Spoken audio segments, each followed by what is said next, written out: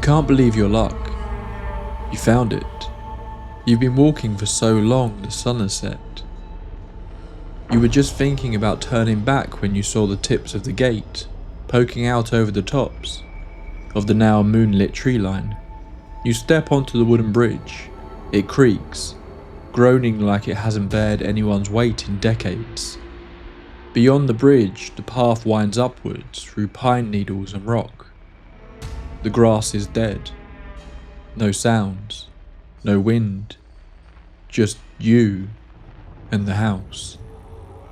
The Himuro Mansion towers above you in silence. Its roof has collapsed in places, but the walls stand. Black stained wood and cracked plaster. There's a torii gate, half sunken at the entrance.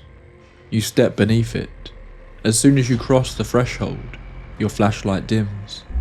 Inside, the air is thick with mildew and dust. The entire place feels damp, mouldy, but there's something else too. Something faintly metallic. The scent of old blood. Your first steps echo along warped wooden boards. You've heard of this before. People call this the rope hallway.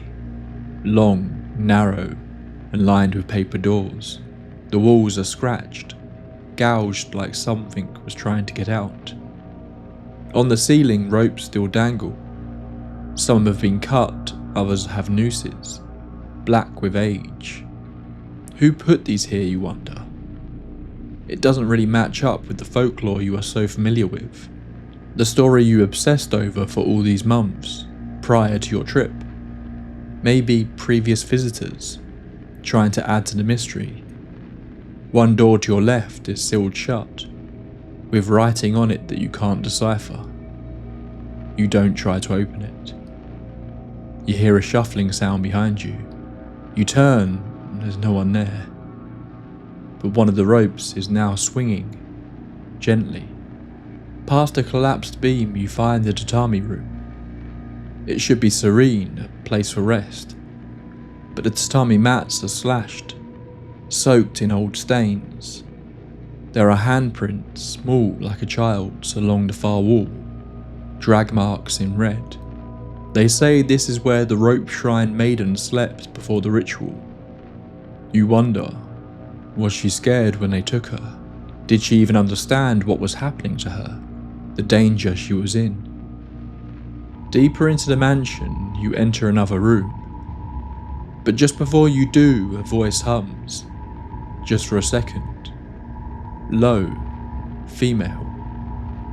You freeze for a moment, but convince yourself that you must just be hearing things. This room is colder. The walls are lined with broken glass.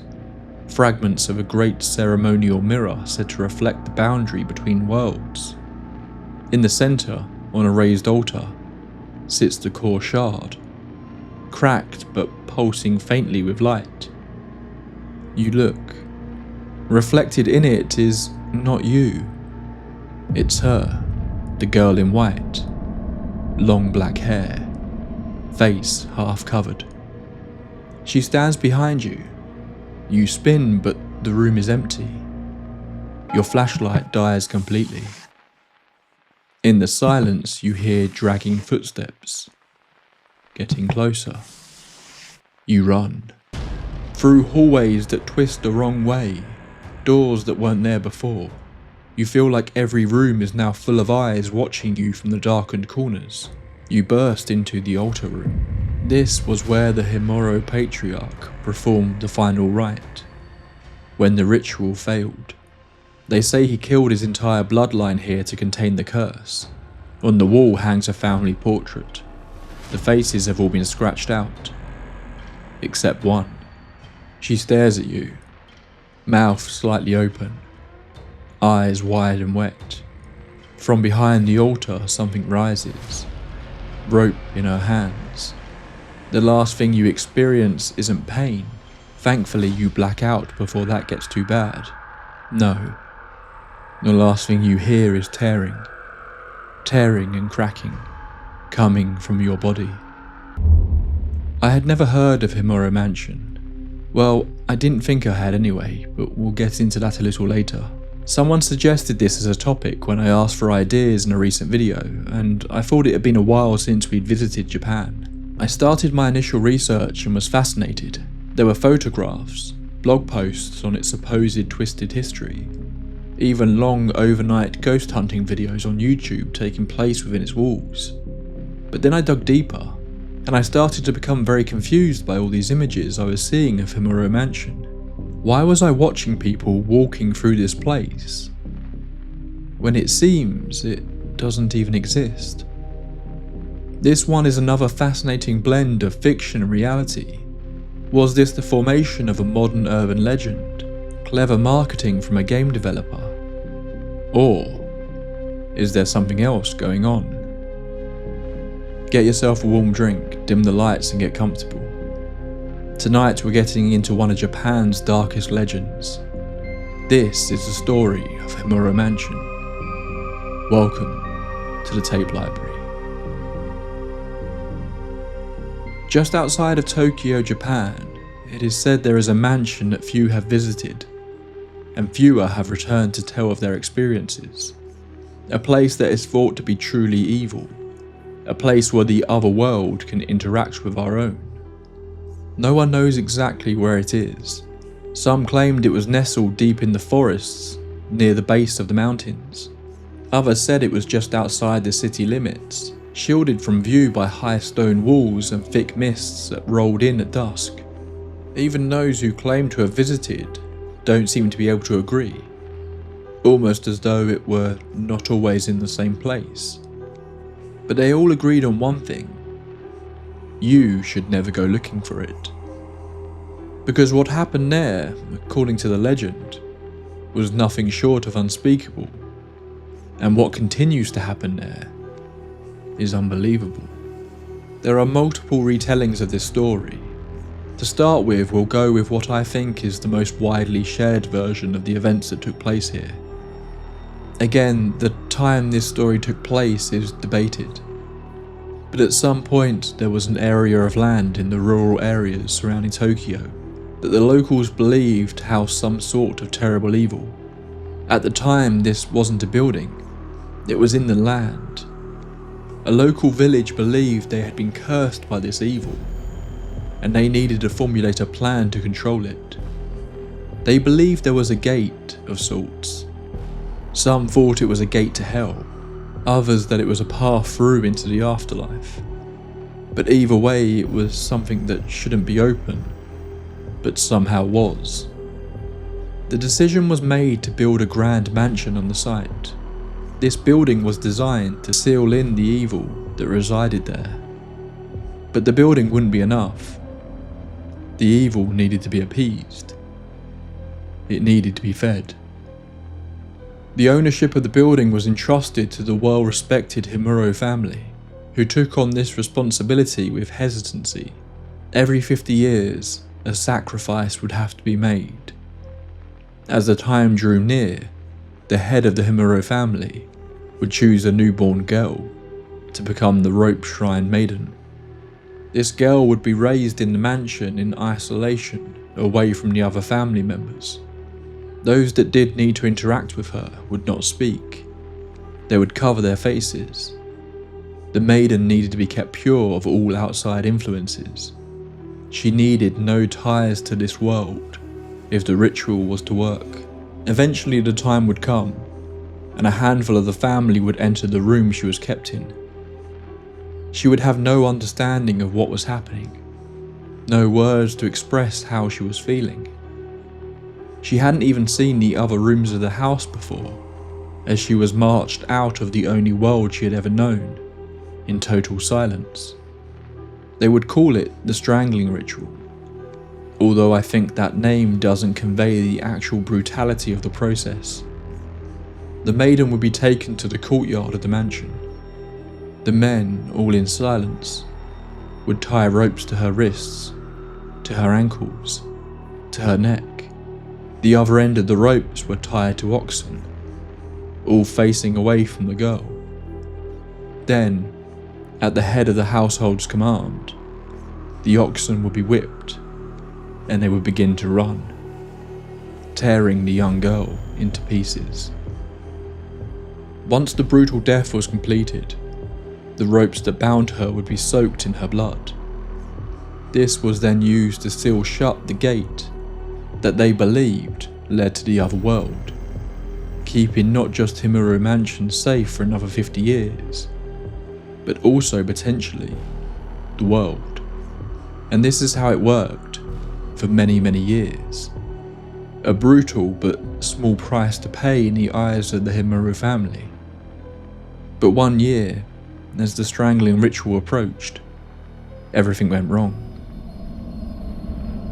It appeared the newest rope maiden had begun seeing a young man. The family was so used to isolation.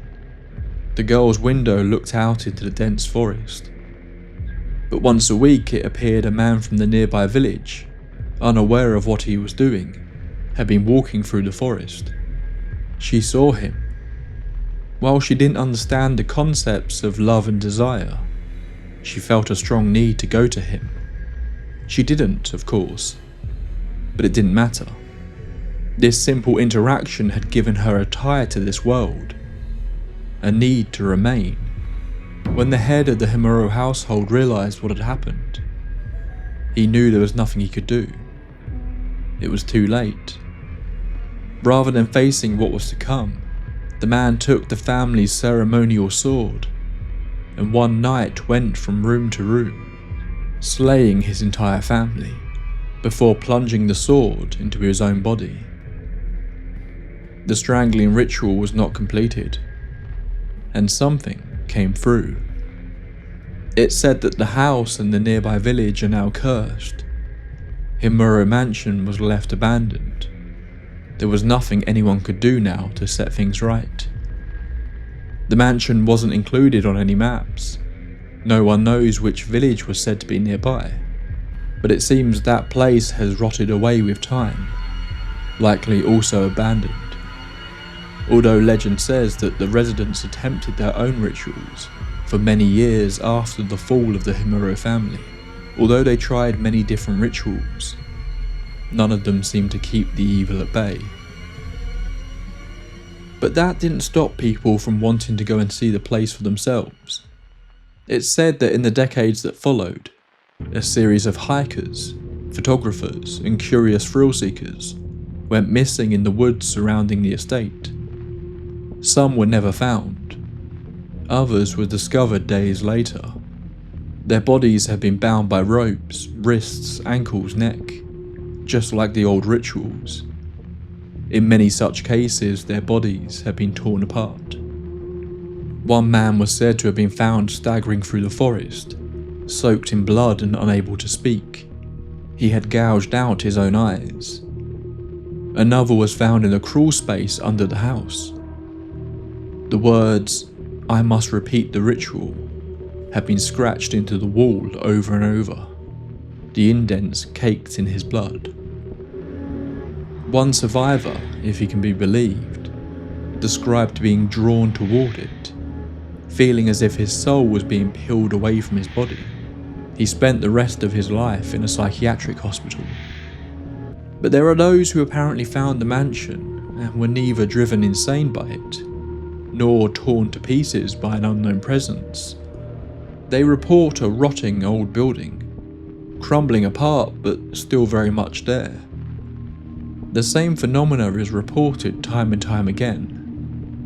Whispers of voices when no one is there. There is apparently an old mirror in one of the mansion's deeper corridors. A mirror that reflected things that weren't there. Faces, shadows, people watching from behind your reflection. They say pools of blood would appear on the walls, on the floors and the ceilings, that were there one moment and then vanished the next. But these weren't old stains. They looked fresh. There are 3 smaller buildings on the grounds of the mansion, and some claim to have found tunnels that lead from those outbuildings into the mansion itself. But the reason for these tunnels has never been discovered. There are hints at a dark history surrounding these buildings too, although the sources I was able to find didn't seem to explain what that was exactly. Some report seeing full-blown apparitions of people walking around the mansion and its grounds. Others who have braved it enough to step deep inside have claimed to see the Himuro family, still acting out the ritual over and over again, stuck in an eternal loop. According to stories, by the 1970s and 80s, the Himuro Mansion had become something of a challenge among urban explorers. People claimed they knew where it was, that if you followed the right path through the woods on certain nights, you could find it, still standing. Some believed you could only find it on certain times of the year, when the moon was in the right place. Apparently photographs began to circulate on early message boards in the 1990s, mostly low-resolution, grainy images of a dilapidated estate in the woods, with rotting wood frames and vine-covered entrances. Some claimed that if you took a photo of a specific window, you would see a woman in traditional Japanese clothing, looking down at you. There's even one report from the early 1990s that gained traction on Japanese forums. A group of college students had gone searching for the Himuro Mansion. Only one returned. He spoke of voices whispering in the walls, of ropes that appeared out of nowhere, hanging from the rafters, of a woman in a blood-stained kimono, drifting silently down the corridor toward them. He couldn't remember what happened after that, only that when he woke up he was outside, laying in the grass, covered in scratches and rope burns. While many claim to have visited the mansion, one of the strangest details about this story is that no one can seem to agree exactly where it is. Some think that the forest that it resides in is just so thick that it makes it difficult to stumble across. But others speculate that the mansion is no longer standing, at least not in a way we would expect. That it simply appears to who it wants to, when it wants to. That the mansion no longer exists in our world, but that much like the energy that is said to reside under the land in which it's located, it can come through under the right circumstances. But most of these suggestions of the mansion being discussed over the decades are not available in any sort of original source. The story does appear in Japanese books on folklore, but they are more recent. I wasn't able to track down anything too old, nor was I able to find the forum posts from the 90s that apparently exist, although of course these would be in Japanese, if the websites themselves are even still up. Seemingly the only evidence of the real Himuro Mansion for a long time was one grainy photograph. Usually on this show I lay out the story as it was originally reported, before delving into possible explanations. But with this case it's difficult to talk about at length, without delving into some other aspects, so forgive me for the slight change in format. But to truly understand the mystery of Himuro Mansion, we need to jump forward to 2001. This year saw the release of a survival horror game that was initially called Zero in Japan, Project Zero in Europe, before being renamed Fatal Frame for its North American release. Its North American release is the most important one for this discussion, because this version picked up the tagline, based on a true story. The game had initially not sold well in Japan, but picked up something of a cult following in the rest of the world, undoubtedly because we were still in the middle of the J-horror boom of the late 90s and early 2000s that saw Western audiences introduced to Japan's take on ghost stories. American horror was feeling a bit stagnant after years of domination from slasher movies. The J-horror scene introduced the world into something that felt like a step back into a more reserved and creepy take on horror. I'm relying on write-ups of the game for this section because it's been 24 years since I would have briefly played it, and it's not currently available to download as far as I can tell. But the story, set in the 1980s, centers around a young girl who heads to Himuro Mansion to try and track down her missing brother. Upon arriving at the mansion, she discovers it's haunted and sets about searching for her brother, along the way discovering the tragic backstory of the Himuro family. This backstory in the game plays out a little different, with multiple rituals involved in the process of keeping the Hell Gate closed, including one particularly dark one, referred to as the Blinding Ritual. In the game, the Rope Shrine Maiden isn't just chosen by the head of the household. This is taken from the fandom wiki on the game. All female children aged 7 years, 9 months, 25 days or above, in the direct and branch families of the Himuro clan, were obligated to gather at the mansion once every 10 years. On December 26, the children would participate in the Demon Tag Ritual in the Hellmouth Room, presided over by the adult Blinded Maiden. During this game, the very first child caught by the Blinded Maiden was selected to become the next Blinded Maiden in 10 years. Being caught first was thought to indicate that the child was the most obvious, attractive and noticeable to the demon, while the child herself was the most blind and oblivious to the demon. The last child caught was thought to be the most holy, and would be taken into seclusion for the next decade to become the Rope Shrine Maiden. Once grown and shortly before the Strangling Ritual would take place, the Blinded Maiden would be taken to a room where a mask would be placed on her head. Instead of eye holes, there were 2 spikes in place that would pierce the girl's eyes. This blood-soaked mask was then placed at the Hellgate so that the Strangling Ritual could continue. The Rope Shrine Maiden was said to be taken from her isolated room down a path that led from the village to the Hellgate, where the ritual would be performed, not by tying her to oxen, but gears that would be turned until she was torn apart. In the game's lore, the failure of the ritual takes place in a similar way, although the head of the family actually kills the man the maiden falls in love with.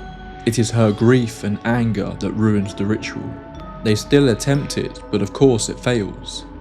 The evil immediately escapes the locked gate, killing the entire Himuro clan as it did, cursing the village, and leaving the many angry spirits trapped inside the mansion. Of course, this based on a true story tagline really delved into people's imaginations. Fans began digging. Was the Himuro Mansion real? Had the developers actually explored a haunted site? Online articles repeated the same fragments, and the legend grew. Rumours even began to circulate that the game itself was haunted. Initially, it seemed that the developers were inspired by a few different Japanese legends, that they had created the story of Himuro Mansion themselves, incorporating real places and stories into its lore, but ultimately it being an original work, that with this North American release had created an odd legacy, a Japanese urban legend that had originated in America. But then the producer of the game came out with this statement that seemed to give life to the legend. In an area outside Tokyo, there lies a mansion in which it's said 7 people were murdered in a grisly manner.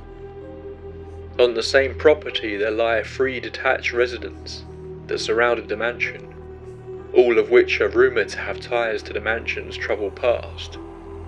It's said there is an underground network of tunnels that lay beneath the premise, but nobody knows who made these tunnels, or what purpose they served. Many inexplicable phenomena have been reported occurring on the property. Bloody handprints have been found splattered all over the walls. Spirits have been spotted on the premises, even in broad daylight. A narrow stairway leads to an attic, where a spirit-sealed talisman is rumoured to be locked away. Men have sought this talisman, only to be found later with their bodies broken and rope marks around their wrists. There's a crumbling old statue of a woman in a kimono, but its head is missing. If you take a photo of a certain window, a young girl can be seen in the developed picture. These incidents have provoked fear in the people of Tokyo. and many believe that those who live near this area will become cursed. The deaths of those 7 people are unexplained to this day. This statement, combined with the game's story, seemed to fit a lot of the commonly repeated tales of the mansion. But the question is, what truly came first? The legend, or this statement? As the 2000s wore on, the Himuro Mansion legend mutated, shifting from oral folklore to full-blown internet mythos. On Japanese message boards and Western websites, stories began to resurface, not just from curious gamers who had stumbled upon Fatal Frame and wanted to believe in the nightmare, but from those who claimed to have seen the mansion themselves. One such account came from a man calling himself RT, who posted anonymously in 2004. He wrote that he and 2 friends have followed directions pieced together from a series of Japanese occult blogs. After nearly 2 hours hiking through a thick and unmarked path beyond a disused Shinto shrine, they found what appeared to be a gated estate. Its iron bars rusted shut, chained tightly, with a decaying Shi-Menewa rope sagging above it. But something about the grounds felt wrong. The wind stopped. The creatures in the forest stopped. One of the men, a skeptic, reportedly mocked the place, laughing that it was just another internet hoax. He broke past the rotting fence and stepped through. According to the post, he began coughing violently within minutes. He vomited, then collapsed. When the other 2 pulled him out and returned to the main road, he recovered. But later that night, he began to scream. He claimed he couldn't move, that ropes were tightening around his chest and ankles, that a woman was watching him through his bedroom mirror. He took his own life just 2 weeks later. The poster ended his story with a strangely worded warning. You can look for it, maybe even find it, but something in there never stopped the ritual, and it wants to finish it. Other reports followed. Stories of students going missing on photography assignments, urban explorers uploading shaky handheld footage to obscure video sharing sites, footage where doors slam on their own and rope burns appear on camera operators. Blood seems to pool at the base of sliding doors. But the most disturbing account apparently came in 2007. A group of amateur paranormal investigators who were never named, their only online identity being a blog titled The Blind Gate, claimed to have entered what they believed was the Himuro Mansion. They posted still images, black and white, high contrast, grainy photographs of mouldy hallways and rotting rope bindings hanging from support beams. One image in particular apparently sparked viral attention.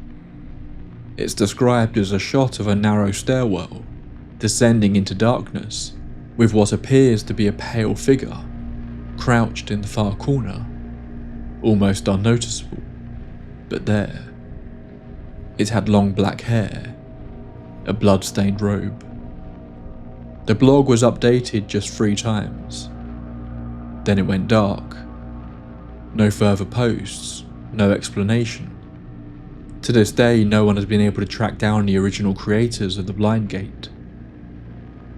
Again, as with the stories from the 90s, all of these accounts have been repeated in numerous places, but I was unable to find the source of these claims.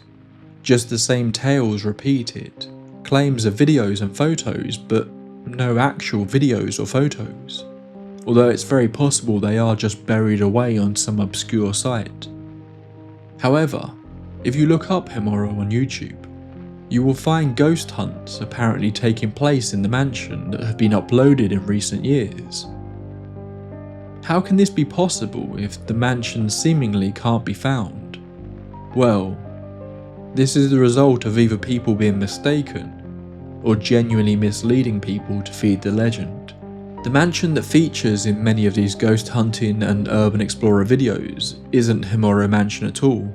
In fact, it's nowhere even close to Tokyo. but that doesn't mean that the real mansion they are filming in doesn't have its own history. Hidden deep within the overgrowth of Wakayama Prefecture lies a crumbling western mixed with Japanese-style mansion known in urban exploration circles as Mori no Hyokan, or, imaginatively, the abandoned mansion in the forest. This is no fabricated internet myth. This building is real. Today the mansion stands deserted and is known by some as Japan's most haunted mansion. It seems to many this place could be the true source of the Himuro Mansion legends. The mansion, officially known as the former Yura Villa, was constructed in the early 1900s, a term of rapid modernization in Japan. Its owner, Asajiro Yura, inherited a traditional dye manufacturing business from his family. Yura became the first Japanese industrialist to manufacture benzene domestically, marking a key innovation in Japan's burgeoning chemical industry. The wealth that followed allowed Yura to build the lavish estate in Wakayama, a quiet forested area. Local law suggests the villa wasn't merely a private residence. During the Second World War, it reportedly hosted high-ranking military figures. Some accounts claim that Admiral Isoroku Yamamoto, the architect of the attack on Pearl Harbor, met with government officials here in secret before the attack. The decline came gradually. Though well maintained through the 20th century, the mansion appears to have been abandoned sometime around 2005. No catastrophic event marked its desertion. No fire, no murder, no natural disaster. Instead, the silence settled in slowly. Calendars, household appliances, and unopened safes remained untouched. Rotary phones, family portraits, and children's toys gathered dust. The final inhabitants, likely descendants of the Yura family, simply left, but I'm unsure why. By 2019, the mansion had become something of a legend among Japan's urban explorers. Appraisers were astonished to find heirlooms still intact, including a gold leaf folding screen valued at over 2.5 million yen. It wasn't long before stories of ghosts and strange phenomena began to circulate. While there's no historical evidence of any violent event or known tragedy occurring on the estate, the atmosphere alone, with its dense forest, decrepit grandeur, and the eeriness of the abandonment and the tales of wartime secret meetings, added to the whole aura of the place. Explorers reported strange occurrences, lights flickering in long abandoned rooms, the sounds of footsteps in the upper floors, and a fleeting sense of being watched from windows, long covered in ivy and grime. Some claim to have heard faint, childlike laughter echoing through the halls. YouTube videos of night explorations have only deepened the mansion's haunted reputation. Shadows appear to move behind the curtains. Cases of EVPs are recorded. One team conducted a spirit box session, claiming to receive a chilling response. After asking if anyone was present, a faint voice through the white noise seemed to answer, "Konnichiwa." The investigators, startled, noticed that their EMF meter began to spike in tandem, while the temperature dropped sharply around them. Another described hearing what sounded like childlike laughter coming from deeper within the house, an eerily frequent claim associated with the building. Several explorers have reported physical sensations, cold drafts in rooms with no open windows, the prickling feeling of being watched, and even what one described as a cold hand on the back of their neck while standing in the main hall. In one particularly unnerving case, a pair of visitors found dusty handprints appearing on a table they had cleaned with a cloth, each the size of a child's palm. "It was like someone was trying to get our attention," one of them later wrote, though some skeptics chalk it all up to suggestion, failing flashlights, the sounds of wildlife in the forest, or the natural creaks of a rotting house. The consistency of the experiences across unrelated sources raises eyebrows though. Notably, almost every group that has entered reports something, no matter how minor, that they struggle to explain. although they are of course entering this environment primed to have an experience of some kind. Still, the stories persist, and over time Mori no Hayokan has taken on a new identity, Japan's most haunted mansion. In a country where ghosts are taken seriously by many, and where some believe the boundary between the living and the dead is often considered thin, this forgotten mansion in the forest has become more than just a ruin to those who visit it. Despite the temptation to visit, the mansion is not a tourist attraction. Much like Dudleytown, it remains on private land, and technically, entering the property without permission constitutes trespassing. The building itself is unstable, with several floors collapsed, ceilings buckling, and staircases eroded by water damage. Wildlife also presents a threat to would-be explorers. As one explorer wrote on Reddit, this place is a treasure, not just for what it was, but for what it still holds. But it's also a trap. One wrong step and you could fall through the floor, or worse, bring the whole thing down. But let's go back to Himuro Mansion. What really happened? Is there any truth to the tale of Himuro Mansion? Many people will point out, as I have, that they have seen this mansion, that videos and photos exist, that it must be real, but almost all of these images can be linked to either the mansion we just discussed in Wakayama, or other abandoned buildings surrounding Tokyo. There are many references online to posts and stories about the mansion that predate Fatal Frame, but I was unable to confirm that. If anyone is able to provide links to posts that predate the game, I would love to hear from you. In some ways, the story reminds me of the Dybbuk box in this regard. There are no records of Himuro Mansion, no records of the murders. The rituals that are mentioned don't seem to match up to any real spiritual practices. The closest you can get is the use of sacred ropes in the Shinto religion, but that doesn't go along with any human sacrifices. It's up for debate though if the developers took an existing legend and twisted it a little to make it their own, or if it's a composite of multiple supposedly real-life ghost stories mixed together. Likely, seeing the success the Blair Witch Project had just a few years prior by using the true story tag, they simply attempted to create a similar hype around the game's American release. This all coincided with the rise of J-horror and the increasing popularity of the internet to develop into a mix of urban legend and maybe even an early example of a creepypasta, becoming part of a shared internet mythology just like Slender Man, Polybius or the Backrooms would years later. Most of the reported sightings over the years come from anonymous sources on the internet. So, why do so many still believe? Because it feels true. Japan is home to a deep cultural reverence for spirits and ancestral energy. Many of the story's elements, the misty woods, the isolated house, the ancestral shame, the echo of ritual, all resonate with Japanese folklore, and to Western audiences, they carry an exotic horror that's unfamiliar, unsettling, and harder to dismiss. While the rituals themselves don't seem to hold historical weight, they borrow plenty of ideas and elements from actual spiritual beliefs, leaving just enough to make it feel real. Add to that the uncanny aesthetic of old Japanese homes, the paper sliding doors, the creaking floorboards, the way shadows stretch across tatami mats, and you have a perfect setting for ghost stories. It doesn't matter that there's no proof, because legends like this seem to transmit almost like a virus, passing from person to person. They might be stamped out temporarily, but then someone new finds it.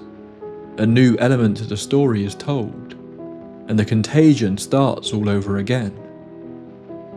But there are those out there, despite all this, that still firmly believe in Himuro Mansion.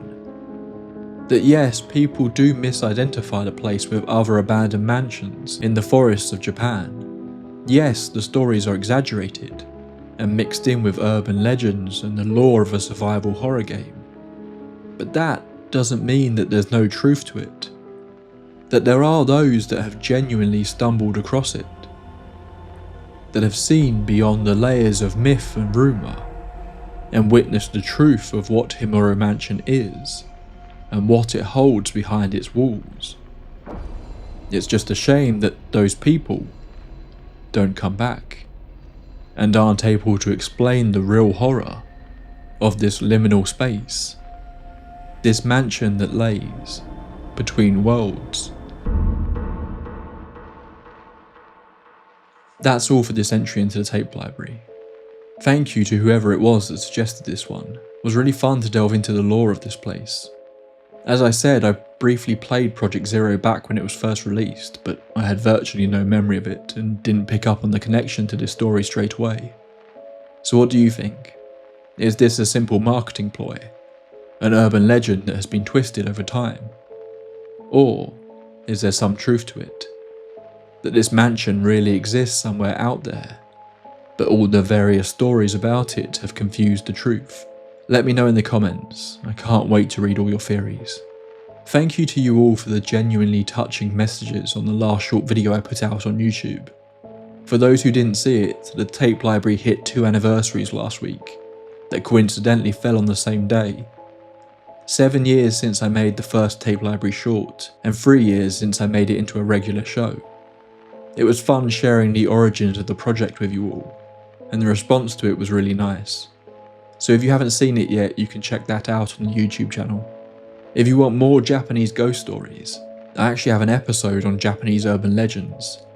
It's a bit of an old one, but I know it's developed into a kind of cult favourite among a lot of you, so I will link that somewhere below in case you haven't seen it.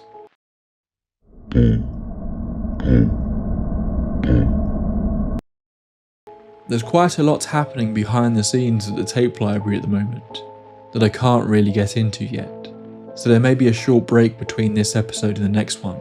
I'll have to see how it goes. I do however have 2 big episodes planned for the second half of August, so if I don't see you all before then, I think you'll enjoy what I've got planned there. They're going to be a lot of work, but I think it will be a nice end to a long running topic on the channel. For now, there's nothing left to do but thank my wonderful supporters who keep the channel running.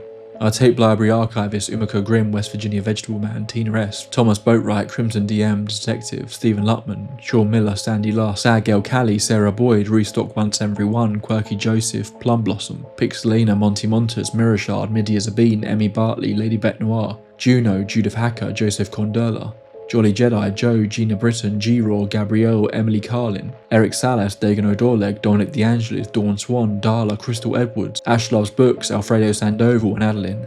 Our lead archivist, Xavier Rangel, Vaniel, Tyler Michael, Tracy Torello, The Original Deer, Ridiculous, Old Soul Like Mine, Plague Doctor Is In, Melissa Harrison, Law William, London Grace, Creepy Candy, Brian Baker, Amy Stubblefield, Alex O'Neill, Alex Goldberg and 1000th Ghost. And our very generous Grand Overseers, the God Emperor of Mankind, Morning Rain 2619, Leah Carmella, Katie, Harrison the Yoga Lord, Bad Diddley, Agent 355 and Queen of Flatulence. As always, a huge thank you to them, all my junior archivists on Patreon, and my members on YouTube. All your contributions play a huge part in making this show what it is. Until next time, my friends, pleasant dreams.